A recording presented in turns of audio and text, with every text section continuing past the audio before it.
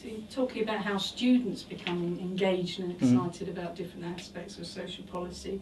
What particular areas really excite you and engage you that you might want to tell us more about? Right, okay. Well, I've given some of that away already, haven't I? I was talking about social justice and ideas of equality. But if you were asked me about one area of social policy which particularly engages me, unquestionably, I think it's to do with ideas of citizenship. Now, those are quite difficult in some ways, but strangely simple as well, because you can say to people, well, what is a citizen, or who is a citizen? And it immediately starts asking questions about who has a right to vote in a society, who doesn't have a right to vote, who has a right to healthcare, medical care, who doesn't.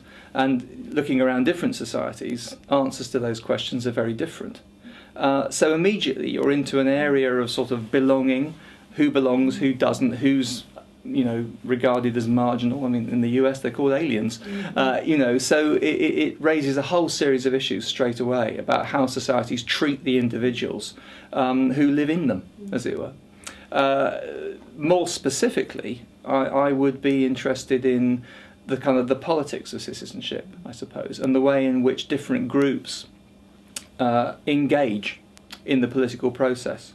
And I don't mean that narrowly speaking in terms of voting, but how groups come together, form social movements, make particular demands, either get those demands met or not, and the kind of rules, regulations, both formal and informal, that govern those kind of activities. And social policy, of course, is a subject where you see citizenship discussed probably more than anywhere else, actually.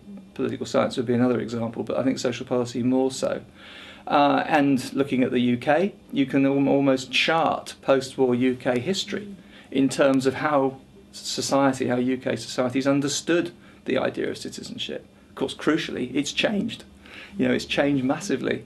Whereas before the war, just after the war, you would be thinking of a very much sort of universal kind of sense of belonging. There'd just been a war, for heaven's sake, so everybody was sort of pulling together.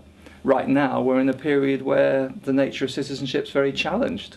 You don't get certain rights if you don't perform certain duties. You've got to look for a job nowadays. If you don't look for a job, your benefits may be taken away. So the idea of who a citizen is and what rights a citizen has changes all the time. And that, for me, is really interesting.